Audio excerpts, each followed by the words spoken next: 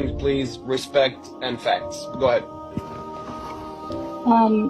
So a couple of facts. I am American, I'm Jewish, my family lives in Israel. I just lived in Israel for the last 4 months. I got back 2 weeks ago. You dodged the bullet there. Literally.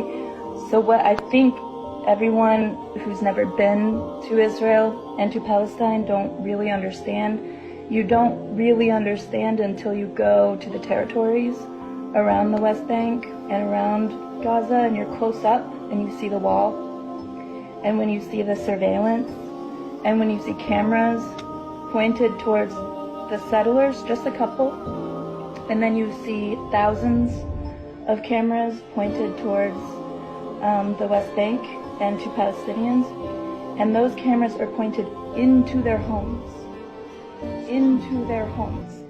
like not just the streets, not the public areas, straight into their homes, into their backyards, on their rooftops. I mean, until you see it, and you see that there are, on the checkpoints, there are autonomous weapons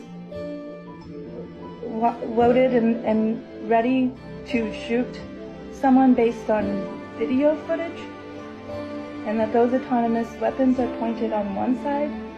Like, I don't think people understand what occupation means. And I don't understand because I haven't lived it. I have only looked at it from a distance.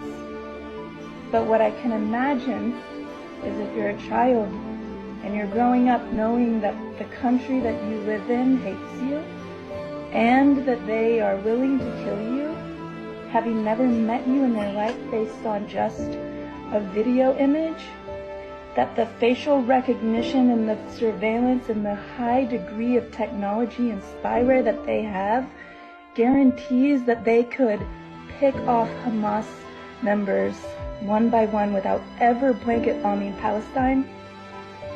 There's no way that this level of intelligence that Israel has doesn't dictate that what they're doing is massacre and it's genocide, and that the occupation is inhumane, and that it's not based in religion, it's not based in who was there first, and it's not based in a tit for tat.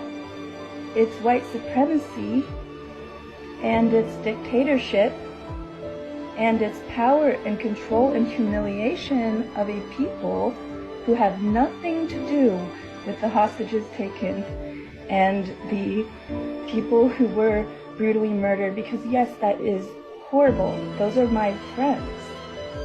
Like, those are people I know. Like, I still have a family member who's missing, and we're giving DNA trying to figure out where they are. We don't know if they're dead or alive. But then also I have Palestinian friends who don't have water, who have for years and years now lost loved ones and children and have given birth at checkpoints, and who have been humiliated and dehumanized under an occupation and an apartheid, that if you are a child who grows up in that, why would you not fight for your dignity or stand up for your freaking rights? And if it's about who was there first, then America needs to take a good long look at the reservations that we put all these things Americans into, and the poverty that they live under.